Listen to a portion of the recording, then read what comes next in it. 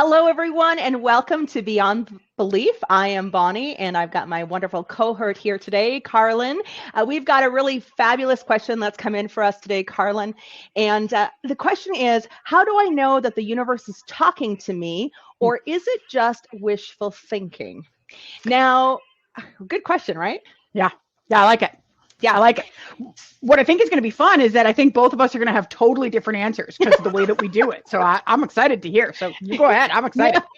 So for me, this really there is no exact science of this, first and foremost. It is really within the concept or confines of each individual person's experience with the universe directly. But from my point of view, there is always a deep sense of visceral feeling within the body that can take place. This might come through heightened sensation or what can feel like goosebumps or people refer to them as holy showers that can happen, where there is a confirmation of an energy moving through the physical body that creates a stimuli or a response within the body to know that it was an exact feeling or sense and information that is being channeled from what would be the unseen world. There can also be, so the physical sensation can take place, and the simplest rule of thumb is that if you think it was indeed guidance, it was.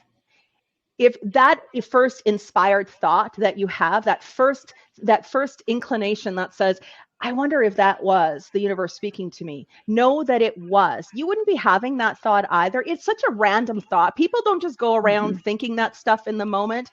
But if you were questioning it, in that first time you question it, know that it definitely was. Everything after that, the talking it out, well, maybe it wasn't, that might just be wishful thinking. Everything after that is just static. That's just your ego trying to talk you out of the very thing that was truth. Yeah, I would agree with that.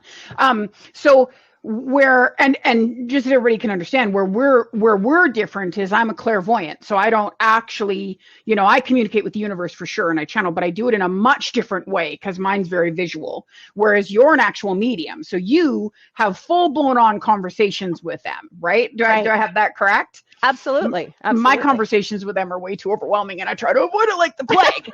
So for you, that's what you do. I don't know if you've noticed this with your students. Before I answer this, I don't know if you've noticed this when you're teaching your mediumship, because I notice this a lot when I'm teaching developing their intuition, that the biggest struggle that comes into play with people with a question like this. So whether it's, communicating, how do you know your loved ones are communicating with you? Or how do you know you're getting messages from the universe? Or how do you know that's your intuition? Because to me, those are the same answers.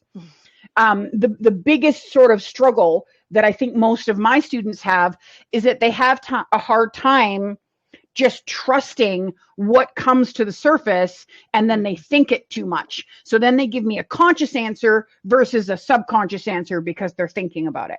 I don't know about you, but when I'm in my sessions, like I literally avoid thinking, right? Everybody's like, oh my God, you're so smart, KJ. I'm like, well, actually, I'm not even thinking. None of that is me. I've got my hands occupied like crazy doing things to keep the conscious side of my brain, the frontal part of my lobe, as occupied as possible so that I don't actually have to second guess anything that's coming through, right? Yes. Do you have a problem with that with your students too?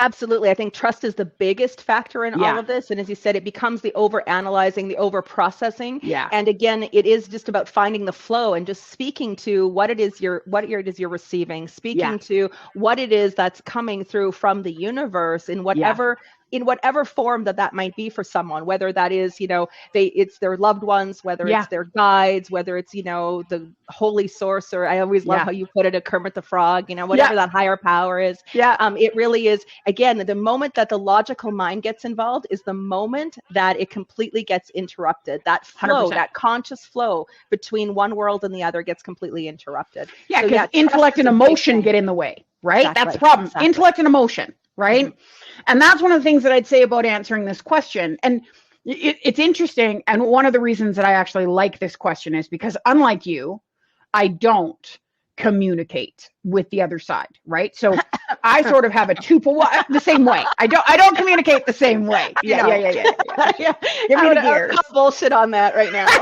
Okay, fair enough.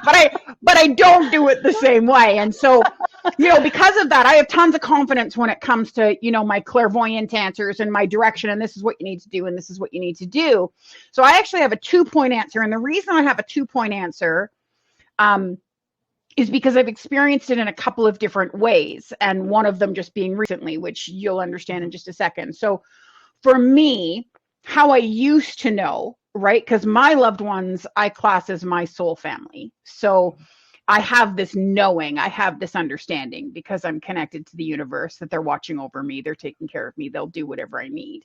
And of course, I love that because the universe has no restrictions. So you can guarantee when your loved ones pass on, they don't have any restrictions. So they're not restricted by their bank account, so they can't help you, or they're in a different city or a different province. They're restricted by nothing, right?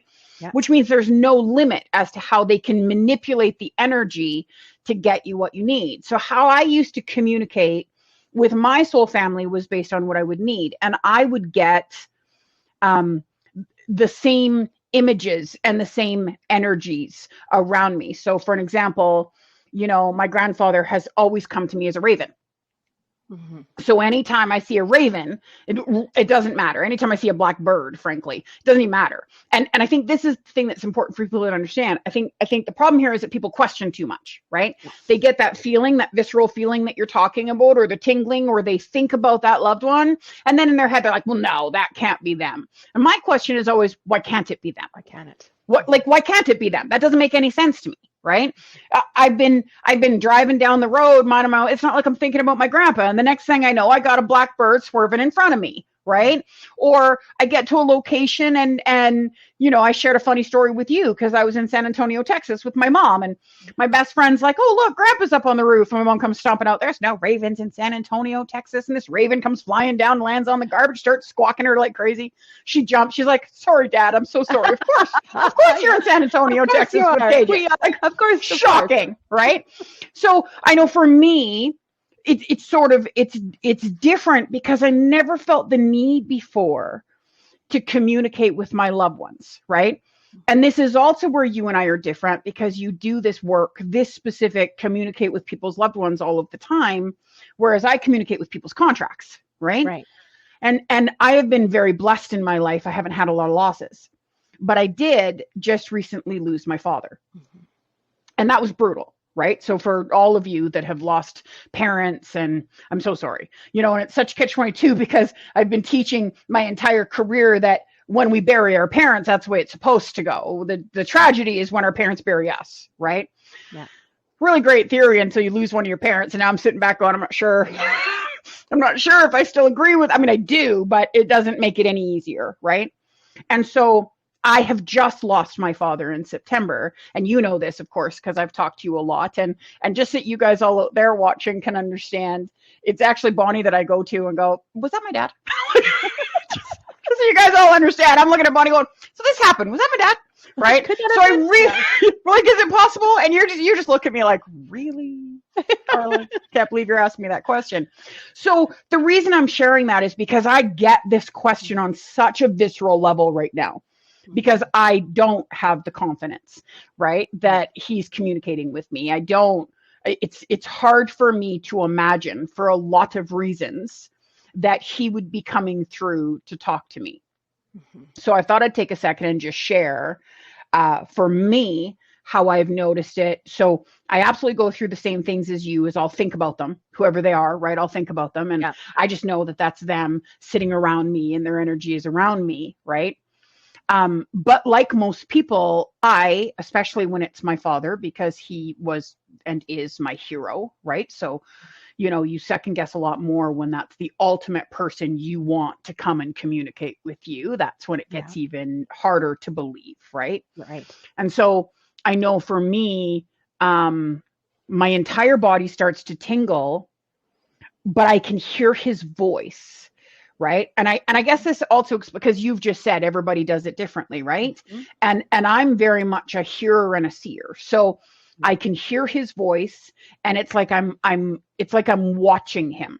Right. It's like it's like he's sitting across from me and I can see things that he's doing, if that makes any sense. And I try to fight that. I do. I try to fight that because I'm like, oh, geez, you and your overactive imagination, Kjarlune, like that. Right. And of course, I also do that because I understand there's a whole process once they cross over. And my dad's only been gone since September. And I'm sitting back going like, dude, you can't possibly be coming to me yet. Like, first of all, you should be going to Bonnie. She'll give me the message. Like, I don't understand why you're coming to me. But also, I have a tough time believing that he's coming so soon. Right. Right. So that's the first thing is I get that sort of visceral feeling. I get tingles everywhere, sort of overwhelms me. I start to hear him and then I start to see him. And I have these conversations in my head, like they're full blown conversations, yes. Question and answer, right? Like I'll say something to him and I get an answer. And it was actually you who helped me with that. I've struggled with it a lot because in my sister and my mom aren't feeling the connection, and I am, and I'm feeling it really strong. And it was, first it was you that went, well, yeah, KJ, but you actually like, of course you came to you first. You got the tap in, right? They're not tapped in yet. I'm like, oh, right. So he's got to go through his process before they can hear him. But also I felt really guilty. And so I tried to avoid it because I felt so guilty that I was the one that was actually getting the communication. And if I can help anyone out there, don't feel guilty. First of all, never feel guilty because they want to communicate with us. And I think that's such an important thing for people to understand is that they want to communicate with us. And so what's made it easier for me is that I know that I can share whatever is going on with my mom and my sister. So it makes me want to listen and pay attention more, if that makes any sense. Absolutely. Right? But I think the biggest thing that I would tell people is you got to stop asking yourself if it is. Right. Like, why wouldn't it be? Right. I think the one thing, something that really came up as you're talking, so much I could feed off of and add to of what you said, because there's such, I just look at the conversations that, are yet to be had between you and I in doing this project together. But when we look at it here, people always say it can't be that easy. It's not that easy. No, it actually is that easy, but we overcomplicate it. We talk ourselves out of it. We confuse the whole issue. It actually is that easy. And it's not like, this is such a natural ability for people as well. So to understand, we all have intuition. You and I have talked about this lots as well. 100%. But when we can't be born without it. Right. It's a part of our navigation system in our life. But when you move into this scope of connection with the unseen worlds, there's no longer intuition at play here. This is communication. And so paying attention, just as, as you said, you are a seer and a hearer. And I hear, but I hear static and I hear pressure in my head and I hear the energy transmission that's coming in, but that triggers a knowing for me. And there is a feeling that runs through my body. And suddenly that thought, there's just a knowing. I feel and know the presence of my loved ones. I feel and know that it's the universe talking to me. I feel and know it. Can I just come back for a second? You just talked about static. You hear static. I hear static all of the time. Like all of the time in my life. Like I hear it and it gets really, really loud. It's like, I was solving a case once, a suicide case years ago.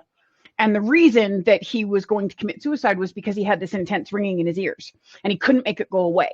And he just, you go crazy. Right. And that's where he was feeling. But that's the static and the sort of white noise that I hear around me gets really, really intense. Like it's like that. And I cover my ears and, I go lay down or I go into my tub and I turn on the jets because the jets override that noise. Static. Yeah. So are you? Yeah, that's clairaudience. Clairaudience works. So it's not like in terms of there being like you and I are talking. Not everyone can actually hear the voice of spirit in that same way. One, they don't have vocal cords, so they don't talk like. They're not human. They can't do that anymore, but they do it through the energy transmissions. And that can often be ringing in the ears, static. That static is a sign of communication between worlds. And so when that's happening, one of the ways, because it can get very annoying, it can get very overwhelming, is to simply thank them for the information and say, can you pull back a little bit? Can you just think? And I find as soon as I thank spirit, as soon as I thank my guides for that transmission, it decreases and it soothes. And so we don't have to put up with the uncomfortable sensations, but that is a part of it. A lot of people also feel like they've got pressure, or their head is as if they go underwater. It's like everything becomes pressurized. Or you think of flying, you know, the change of altitude when you're flying and that pressure in the ears, that can happen as well. Just, we don't have to be, you know, in an airplane for that to be going on. Yeah. That is transmission and that is communication. So what I invite people to do is just stay with that, breathe into it, become aware of it, thank you know, your guides, your angels, your loved ones on the other side for the transmission, and then pay attention to what thought you have, because what it does is it always comes and triggers a claircognizant knowing. It's always going to bring and activate the intuitive mind to be able to understand what the message was, what it was, who it was, even in that moment. So just breathe, receive it. Well, and it's funny because me smacking my head is like, how did I not know that answer? It's literally in my intuitive teaching. So how did I? Right. So after I did that, I was like, the stuff I teach other people. Yeah, maybe I should try that. It's amazing how we know stuff for other people, though. But when we're in the direct experience of it, because 100%. it's up close and personal, we become overwhelmed or can't quite make sense of it. And worse than that, we've spent our entire lives being taught the least valuable lesson, the most harmful lesson that we could ever be taught in this existence. And we're all taught it. We are taught to always ask why. Right. Okay. We're taught to always seek out proof. And what a lot of people don't understand, I'm going to apologize for a second to all of you because it's going to take me a little bit on a tangent because that's coaching me. I can't help myself.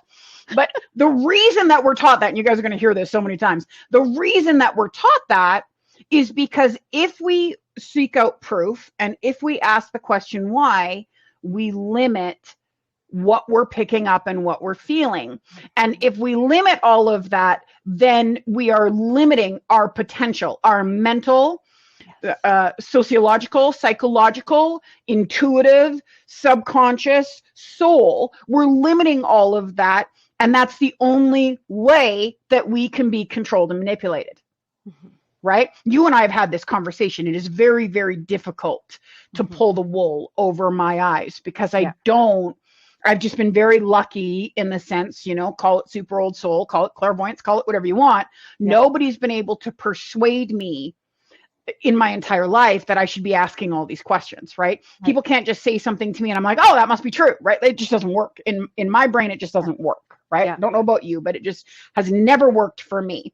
So because of that, I don't have a lack of that connection with the other side, right? And this is the other thing I think people should understand. When you're questioning why and you're asking for proof, what you're actually saying is, I don't believe, and this is going to upset some people, so I'm just going to apologize in advance, because what you're actually saying is, I don't believe that I am worthy, that I am worth that person, that loved one, that parent, that sibling, that child, that auntie, that uncle, that dog, that cat. I am not worth them wanting to watch over me, be around me, and let me know that they're there. Mm-hmm. And that just doesn't make any sense to me. Mm-hmm. Like, I struggle so much when I talk to people. They're like, well, I don't have any proof, right? Right. What do we need to get for proof? Like, do they need to grab a club and bonk you over the head? Because they're now energy, right? Like, they're not beings anymore. So they don't have the same ability to catch your attention, right? But man, they try. Like, I've had my phone's rang and nobody's been on it while I'm thinking about someone I love who's passed on, right? Because we're so focused on the why and the proof, we never get the why and the proof, right? And because I don't focus on that, I get it all the time, right? It doesn't, it's changing that mental thought processing. Why would I need proof? Number one, that my loved one actually wants to communicate with me. Why on earth would I need proof of that? That just makes zero sense to me. Yeah. But also, how could I not feel and hear them? If they are where I am from, and they are from, because we are all from there, right? We come here to learn. That's our home. That's everybody's home. There's a reason why we call it going home, right? That's literally where we exist. That is our soul's home. Not to confuse anybody, because not your body's home. Okay, so just FYI, you're not going to be that overweight, struggling person in every life. It's our, excuse me, it's our soul's home. Yes. So in my head, it's like, well, how would I not think that I can communicate at home? Right? If I can walk into my home where I live and communicate with everybody, why couldn't I communicate with the home I'm from? Right. Doesn't make any sense to me. Right. Like, there's no logic. When we understand the greatest spiritual teaching, of course, and we hear it all the time, that we are spiritual beings having a human experience. And 100%. So I've never been able to understand why the impossibility of this, or why so many people, the naysayers, say that it's not possible for this to happen. If we are spirits, I'm a spirit, you're a spirit, and I'm a spirit in this physical body. Doesn't it make sense that we all come from the same one, and we're all spirits, and so it makes sense that spirits should be able to talk to spirits? Some of them are just in physical and some in non-physical form, but we can still do that. I've never as physical, you can talk to each other. We can talk. So why can't we in non-physical? Right. That's never made sense to me. I love that you bring up the worthiness thing. I can't tell you the number of students that I have had this conversation of when they're receiving and they're in communication. This is happening, and they're saying, "I'm not worthy of doing this. I am not worthy of being this close and receiving this love and having these gifts and talents and abilities." That undercurrent within the underbelly of unworthiness to be experiencing love, unworthiness to be able to communicate in this way. We are energy interpreters. Our most natural form of communication is through energy. So this is no different. This is their energy now. So that's the thing. And I've always, and I think it's so important to understand that lack of worthiness comes from the teachings here on earth. It comes from the teachers and the parents who were taught the same thing, and the pastors and it's so important, you know, and this can take me on a different tangent that we'll talk about another time. So I'm just going to sort of touch on it. But it's one of the reasons why I struggle with our industry and don't associate in our industry, and why I get along so well with you, because you don't either, which comes in really handy. And that's because we've been taught here on earth about this whole ego thing. And you know, we all want to be special, but we're told we can't be special. Right. Our whole lives, right? We want to be special, but we're told we can't be special. And I've always struggled personally. When I'm teaching intuition, I've always struggled with the term gifted, right? Because I always say to people, I'm like, look, you know, because everybody's like, oh man, you're so lucky and you've got such a great gift. And I just laugh every time. I'm like, you try living in my world for 24 hours. The pros and cons of that, they don't, you know, right? Exactly. 1,000%, you're going to change your mind really, really quick. Yeah, right. Exactly. But on top of that, the reason that I sort of get bristled by it is because, and maybe you see it differently, but it's not a gift. Right. It is my natural soul's right. Okay. To me, it would be like, what I would use as an example is you're born in, I got no better one right now. So Russia. I apologize, everybody, but you're born in Russia. You grow up in Russia. You only speak Russian, right? And you come, you know, at 9 years old, you get brought to Canada, and you come with your family and you live in Canada and you learn English. And because your family wants you to get better at English, so you can go to school and university, they stop talking in Russian at home, and everybody's talking in English, and they're all trying to develop, you know, the language and the lifestyle and the way that things are here. It would be like all of a sudden believing when you're in your 30s that not only can you no longer speak Russian, but you're not allowed. Right. You're Russian. What do you mean? Like, what do you mean you're not allowed? What do you mean you don't know it? Right? And I say that to people all the time. This isn't a gift. It's my soul communicating with where my soul is from. Yes. That's it. It doesn't turn off.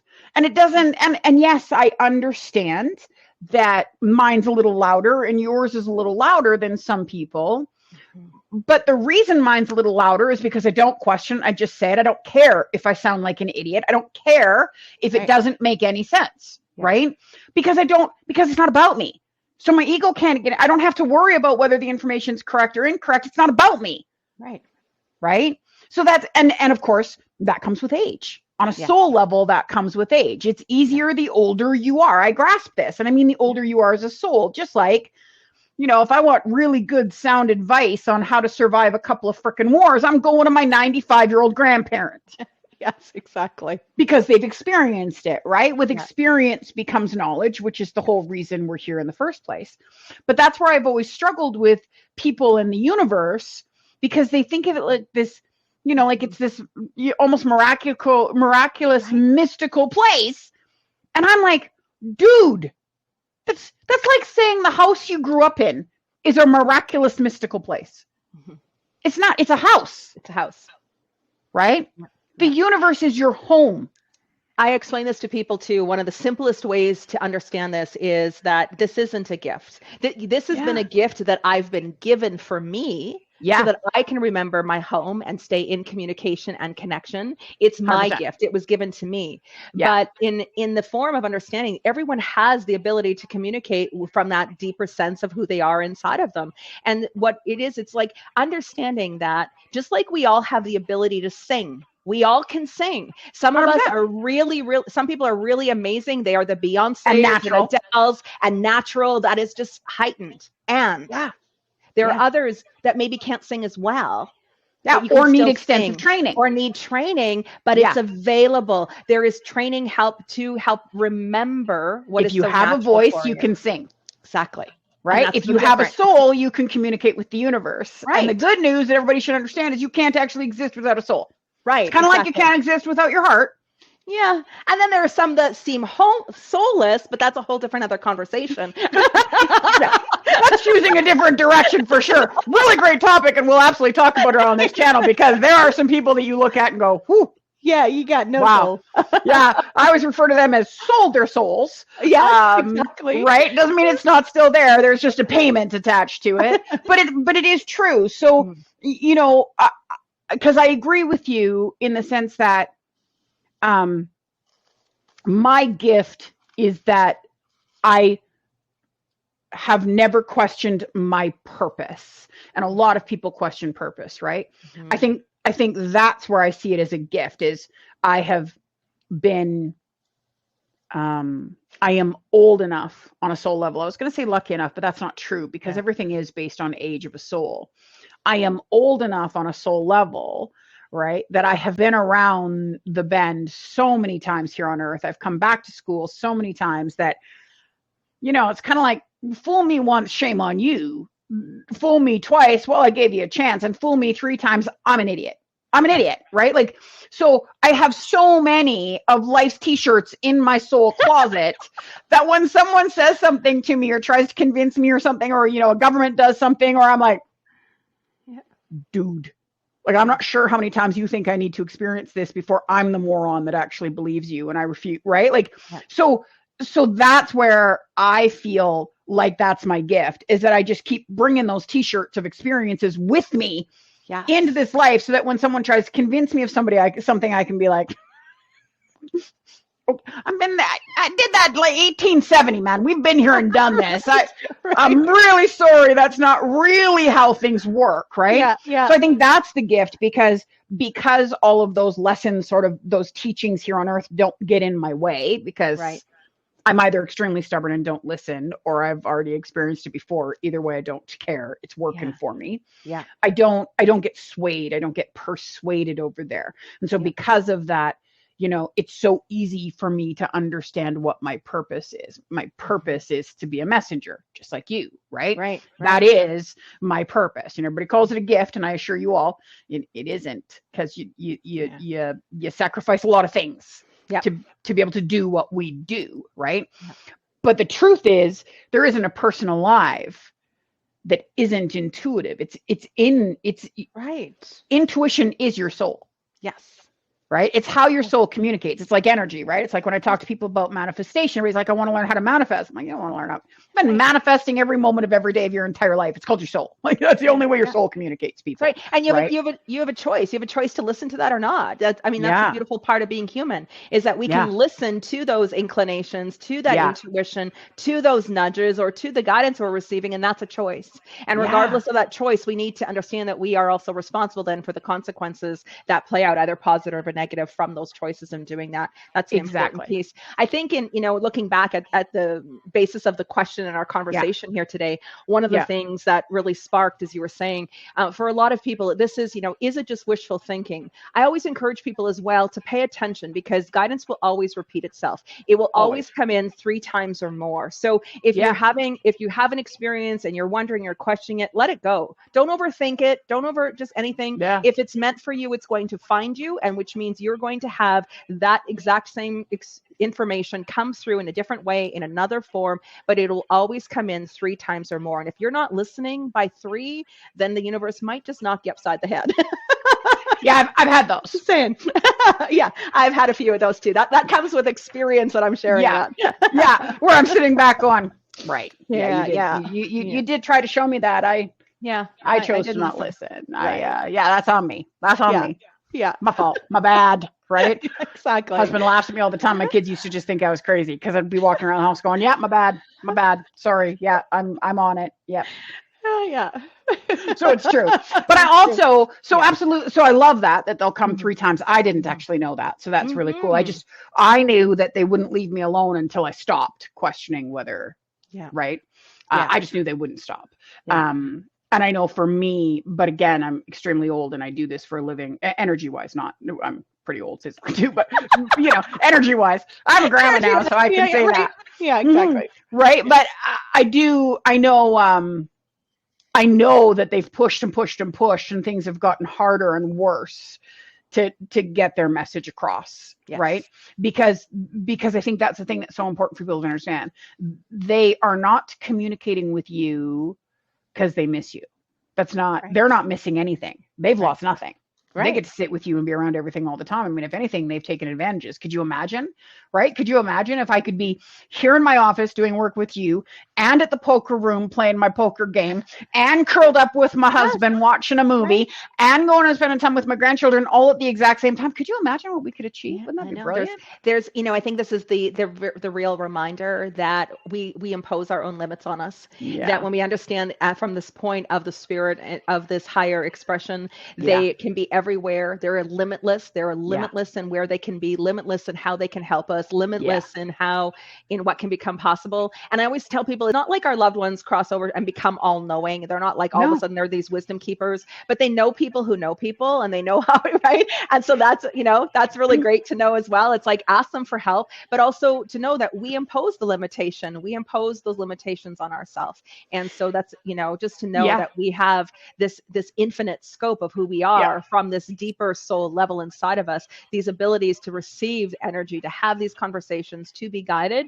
It's there. As we said, it's not a gift. It's innate for all of us, and it's a matter of us. It's skill, in our DNA, and it's in our DNA, and it's something that we need to trust. And I think that's the ultimate, trusting it. And again, as we said, into the scope of worthiness. And it without a doubt makes the rest of your life better if you learn how to do that, not just the ability to communicate. But the other thing I wanted to say really quickly is 100%, when we pass on, we're not God-like, religion tends to say. But the one thing that I would love people to understand is that when you cross over, you are no longer limited by free will how to connect to those memories and those experiences. And so instead of only having memories and experiences of this life, like I remember when I was 2, I remember when I was 3, right?